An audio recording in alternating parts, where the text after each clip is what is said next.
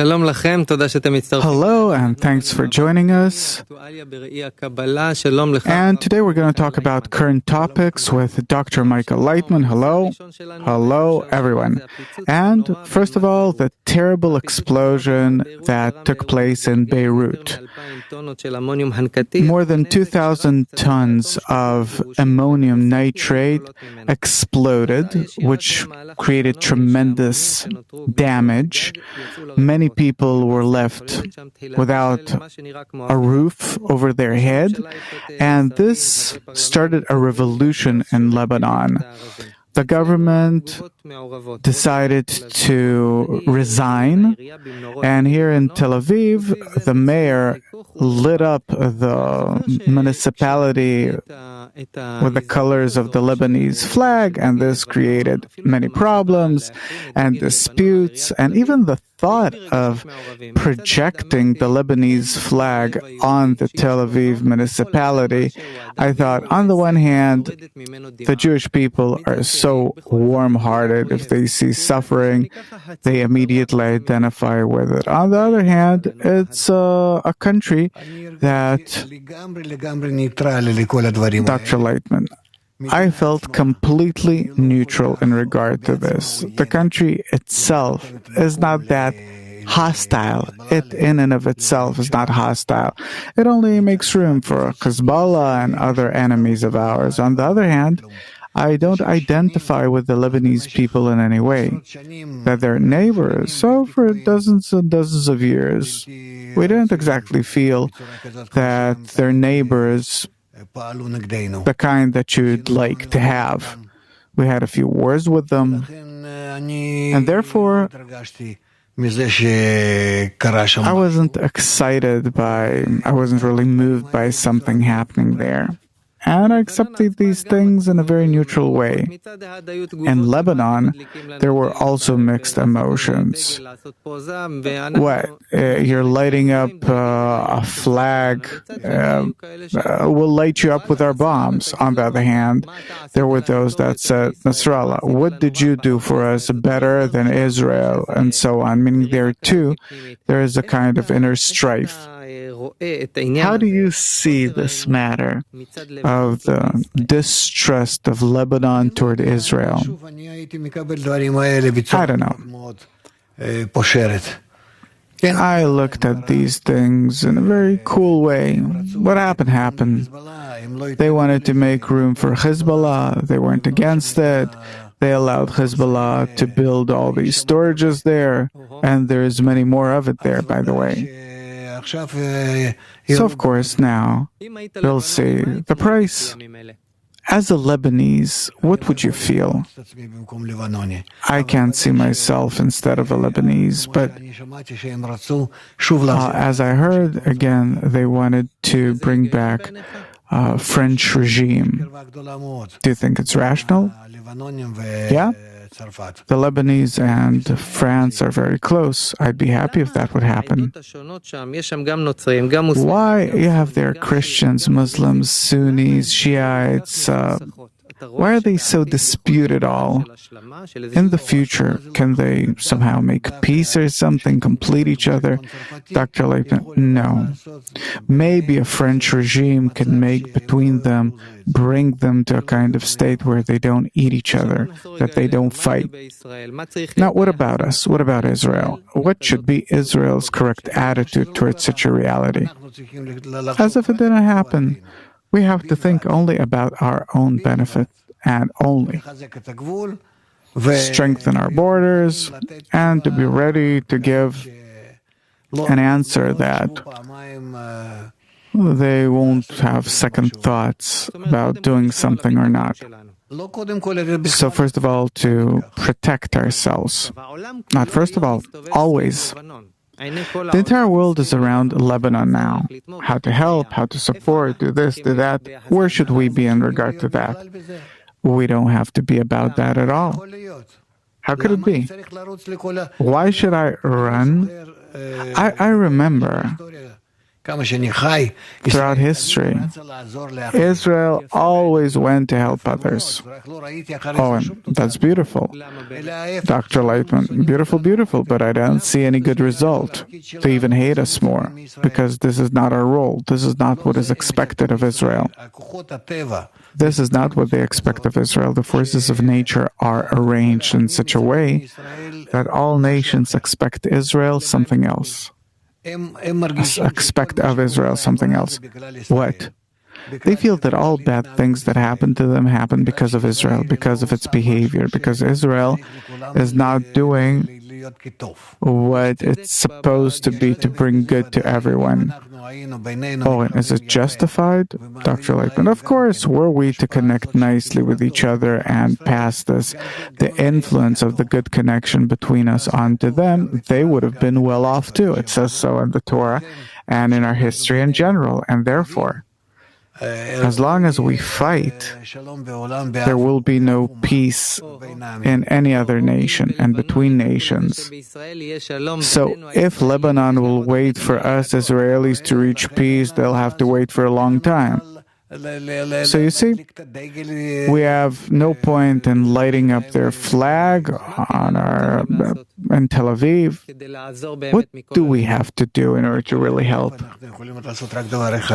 The only thing we can do is to understand that by our correct behavior, we cause all other nations necessarily to behave correctly, and this way bring peace to the world. The inner peace between us brings peace to the world. This is how it is rooted in nature. It's black and white. Dr. Laitman, even more. Suppose here in Israel we'll be able to come closer. What will you see? Dr. Laitman, you'll start seeing it practically immediately, because these are the laws of nature. It's not that they have to start saying, look how Israel's behaving. No.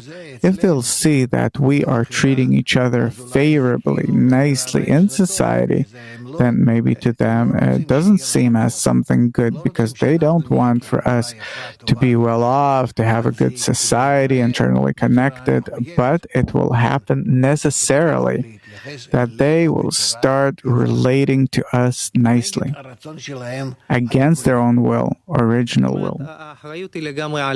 So the responsibility is upon us, Dr. Laitman. Yes, we will force them to treat us in a good and nice way, even with love, even though that they have no plans of the kind. We're with you. Next topic. Suicide. This is a very complicated problem, especially since the media tries not to talk about it in order not to cause people to think in that direction. But since the corona pandemic began, there is a serious increase in suicides, in the number of suicides, and one of the main factors is an economic factor. Now, I'm a father. I have 4 children. I can say that the economic, financial anxiety since the beginning of this crisis can really sometimes paralyze you. What's going to happen? How are things going to be? But when I hear about another person and another person that decided to end their life because of financial anxiety, I don't know, Dr. Laitman. You can't imagine yourself in that state. To be so despaired, feel so helpless, at a dead end, in a way that the only thing is to get rid of the situation by putting an end to your life. This is really terrible. But you see, if people do it, I think that it's not so much of a financial problem like a psychological one, meaning that people lose hope. They don't see a light at the end of the tunnel. They feel no support from the environment in any way. It's a psychological thing. And here we're to blame that we're not preceding them. We also don't have a social mechanism that goes out to the people, to the public, working in a way that we check who really needs food and psychological support. And so we have to arrange such teams that will go and distribute, on the one hand, basic, necessary things that people need, and on the other hand, talk to the people, support them, and it's possible. We have the ability to do it, only we're not organized in that direction. And precisely Israel, a nation that on the one hand suffers so much, and on the other hand, we're not really organized in this regard. What can you tell a person that's emotionally on the edge, and the pressure and tension and everything really brings them to the verge of suicide? What kind of support can that person get from another person that will give him a different perspective on the entire situation? First of all, we have to feel ourselves in that situation in order to have the words to talk to him. I tell him, were I in that state, I tell him that no matter what I do, to finish with life is the last thing that I can do. There's nothing worse for my children, for my relatives, that I can look for food on the streets for my children, that I can go to, I don't know, do different kinds of work here, there, and maybe I'll get some kind of work or something, to turn to different organizations and so forth. But to leave life, it's called to get rid of my responsibility, and I can't do that if I have a family. But a person in this state, he can't bear the responsibility. Still, all of his relatives want for him to live, no matter what state they're all in.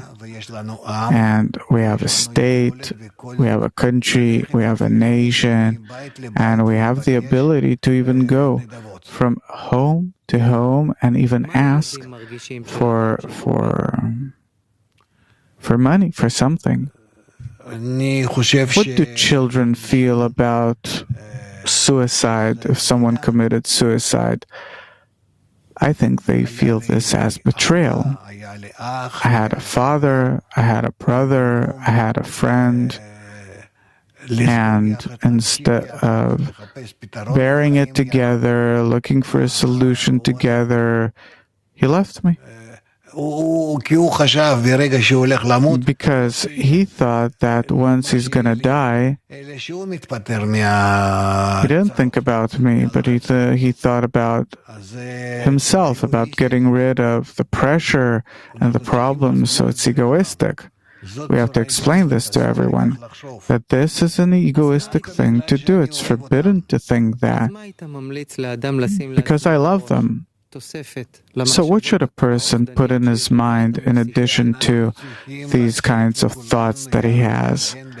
Dr. Laitman, that we all have to go out and arrange for ourselves the necessary minimum in order to exist. And we saw many entire nations and families that are really living from today to today, but still they're happy and they develop and everything goes by.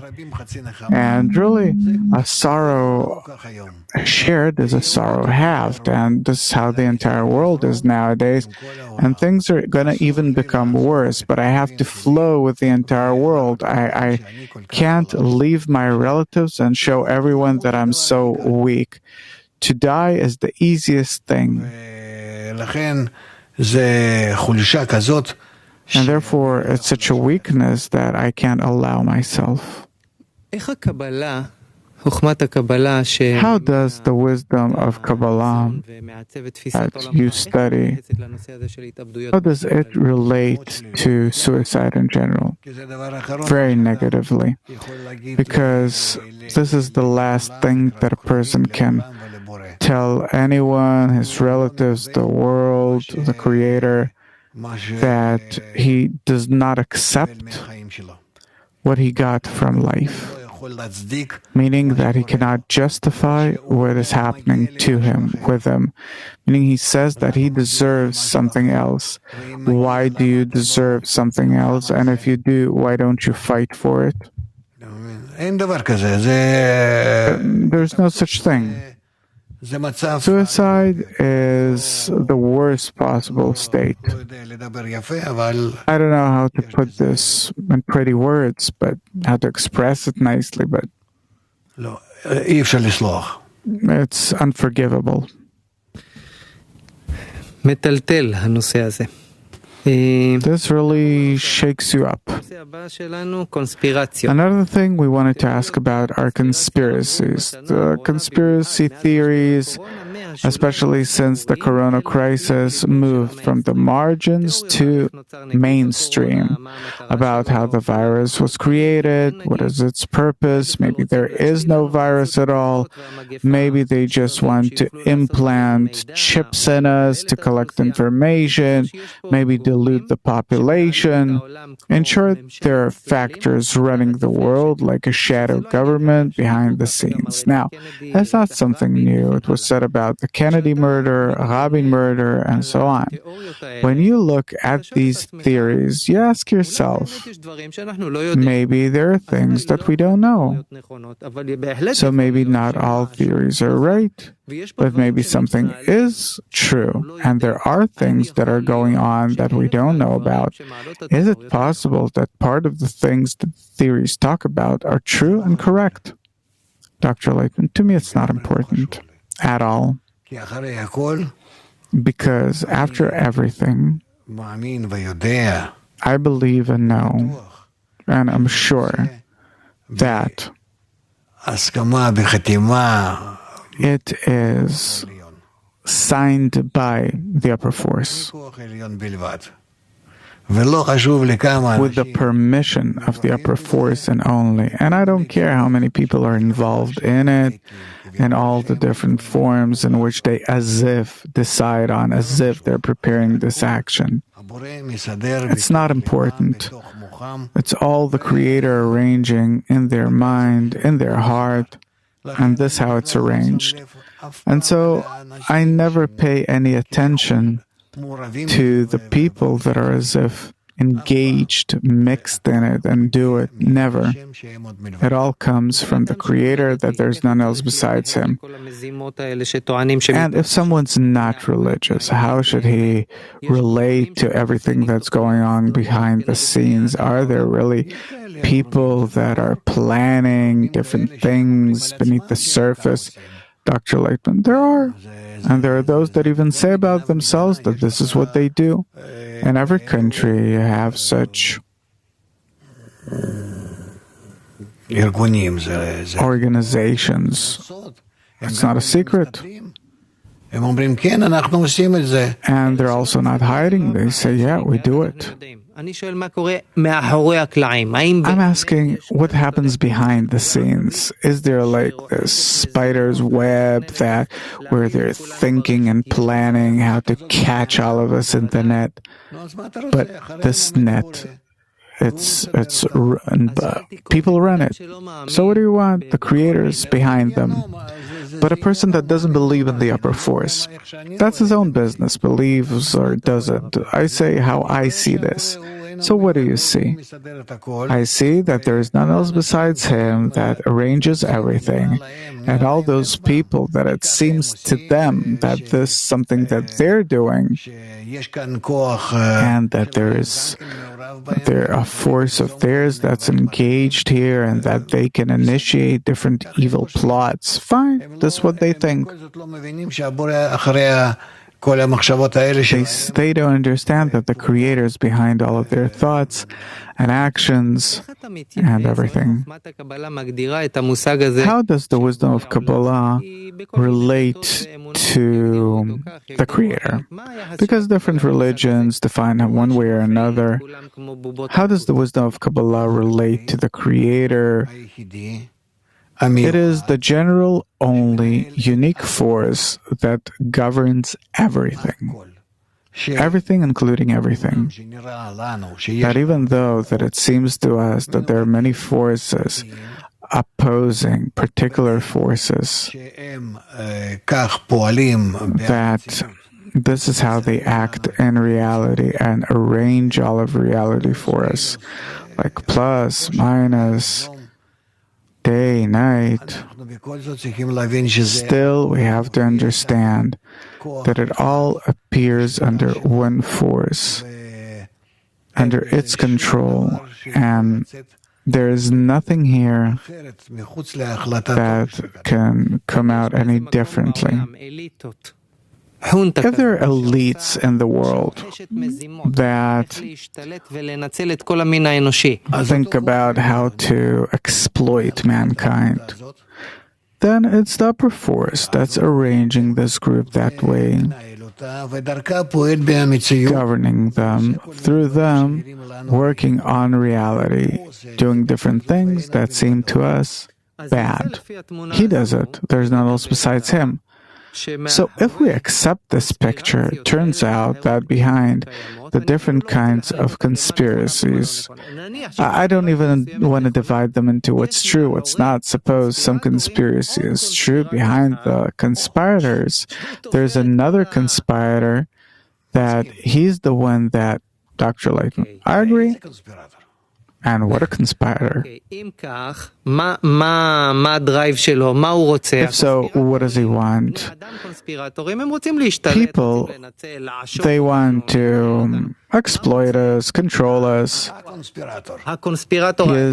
What does the conspirator want? This one force. For us to reveal him, that he is the conspirator, that he controls everything, and that he does want for everyone to acknowledge him, his uniqueness, and that he does all of these things with a single intention, that we will come to know that he is the good that does good. So people that want to use humanity, exploit it, they want to get rich, they want to rule. The conspirator of nature, what is his intention? For us to adhere to him, for us to acknowledge, understand, come to know, and want to be close, adhere to him in all of his actions, and feel all of his actions as good, even though that it might seem as bad to us, confusing us, all of these forces, actions that are confusing us. Still, at the end of the day, we have to open ourselves, our heart, our mind, so much so that we will only see the one good acting force behind everything.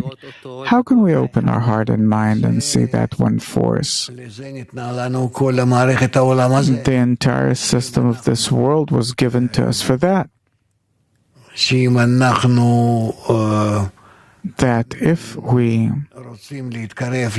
want to come closer to love another as yourself, then by that we discover the good forces that are acting and then the bad forces disappear, and behind all the good forces we see one force, the upper force. So if I open my heart in love toward other people, through that I can see that one force that encompasses us with love. True. Then why is he hiding? Well, the manipulations for us to search for him. Because by searching for him, we develop in us tools, feelings, emotions, and understanding that we can find him fully. How can we understand his conspiracy? What do we have to decode? That behind all bad things, there's the good creator doing everything. And the difference between the collision of good and bad, light and darkness, there we come to know his true self, and all the good is revealed only from the bad. Light excels only from the darkness. Dr. Laitman, thank you very much. Thank you for being with us. Till next time, we wish you all the best.